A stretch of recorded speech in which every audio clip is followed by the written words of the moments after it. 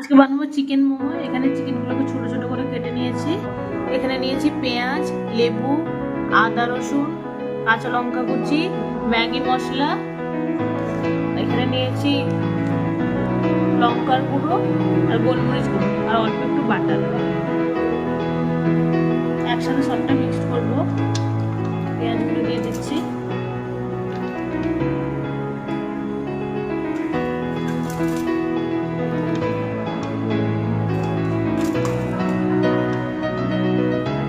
এবার দিচ্ছি রসুন কুচি,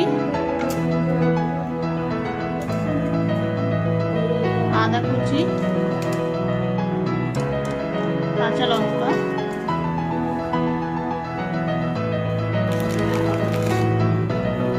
লবণ।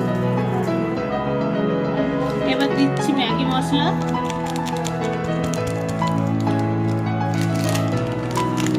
শুকনো লঙ্কার গুঁড়ো,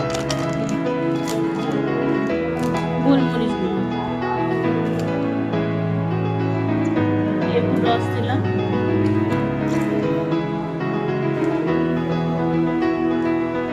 আর দিলাম বাটার। এবার পুরোটাকে ভালোভাবে মাখিয়ে নেব।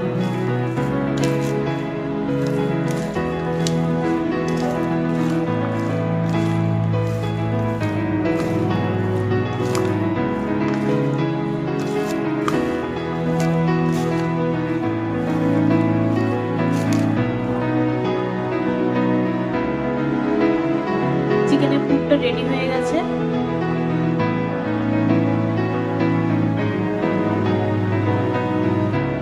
এখানে মোমোর ময়দাটা মেখে রেখেছিলাম, এরপর বেলে নেব।